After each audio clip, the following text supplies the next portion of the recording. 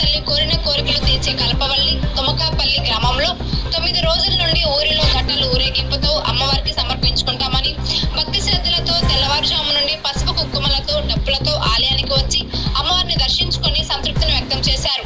భక్తులు అధిక సంఖ్యలో వచ్చి మొక్కులు తీర్చుకున్నారు. తమకు ఎల్లవేళలా శ్రీ బంగారమ్మ తల్లి కరుణా కటాక్షాలు కలగాలని కొనియాడారు. అనంతరం గ్రామ పెద్దలు మాట్లాడుతూ వినోద్ కొండలరావు టోర్నమెంట్ క్రికెట్ ప్రైజులు ఇవ్వడం జరిగిందని అన్నారు. మరియు అమ్మవారి యొక్క ప్రత్యేకత కోసం ప్రజలకు వివరించారు.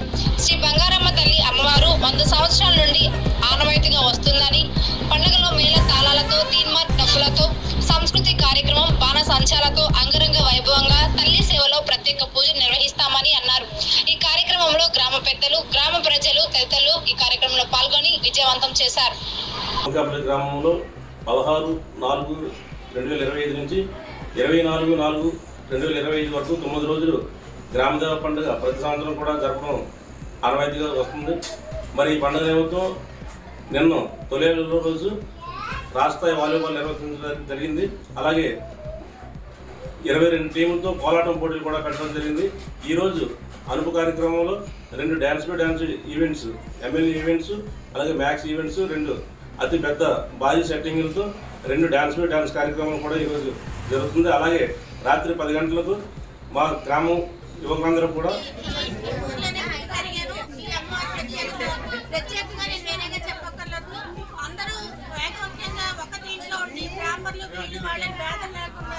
ఒకే మాట మీద నిలబడి ఈ పండుగ చాలా వైభవంగా జరిపారు.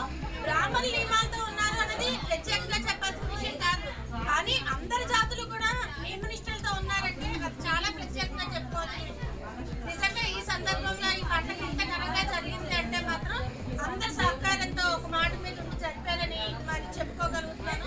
ఈ అమ్మవారు చాలా మహిమగల తల్లి. అందుకని ఎక్కడి నుంచో ఉన్న ఆడపిల్లలందరూ కూడా వచ్చి పసుపు కుంకాలు ఇచ్చి వాళ్ళ మనసులో కోరికలు కోర్చుకుంటే తప్పకుండా నెరవేరుతుంది అనే దృక్పథంతో ఇక్కడికి వచ్చాము. ఈ సంకల్పంతో ప్రతి సంవత్సరం మాకు వచ్చి పసుపు కుంకాలు ఇచ్చే అది ఆవిడ చెయ్యాలి, ఆ భాగ్యాన్ని ఆవిడ ప్రసాదించాలని కోరుకుంటున్నాం.